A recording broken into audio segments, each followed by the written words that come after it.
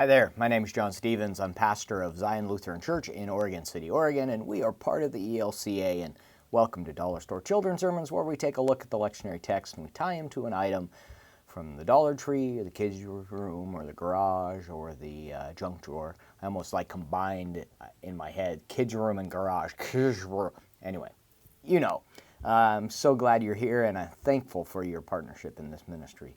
So if you haven't subscribed or to the YouTube channel, I'm asking you please do that. It helps me, and also liking the video. If you could take a moment and do that, I really appreciate it. This is for the fourth Sunday of Easter, and we are looking at both the psalm and the gospel lesson because it has to do with sheep. God being our shepherd and guiding us, and in the gospel lesson, Jesus says, the sheep know the sound of my voice, or they know my voice. So, a couple of springboards. One of them is a fairly standard idea. It's not mine, something probably read years ago, and that is that with your kids up front, and you're talking to them about the sheep know the sound of the shepherd's voice, or Jesus says, my sheep know the sound of my voice. At that point, have one of the kids, either their grandparents or their parents, maybe a brother and sister that's out there in the congregation, have them call their name.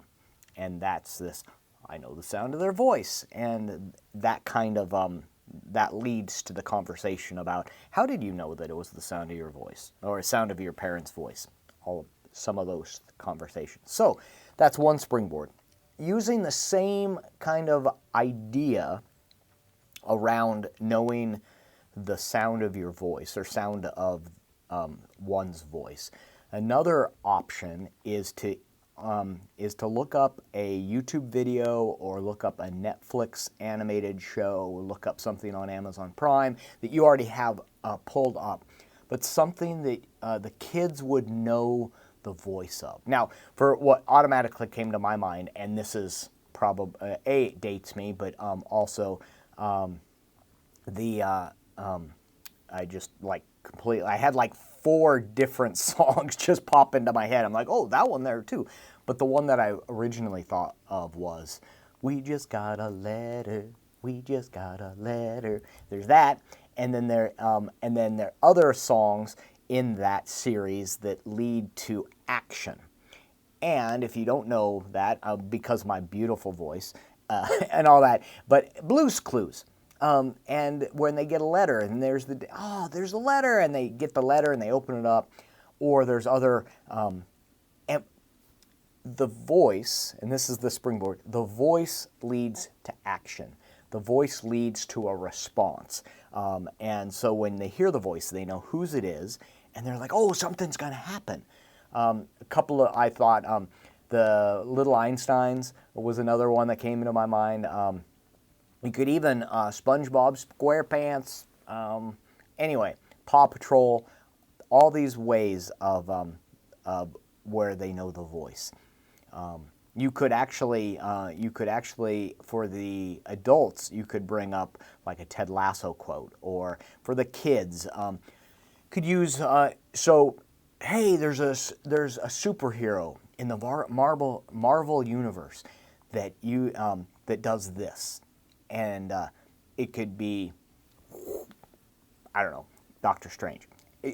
Those things where when we hear the voice, we know that what follows is action. And so I like that image and the sheep know the sound of my voice. And when we hear the sound of the voice, we respond. And so what are some of the ways that we might respond?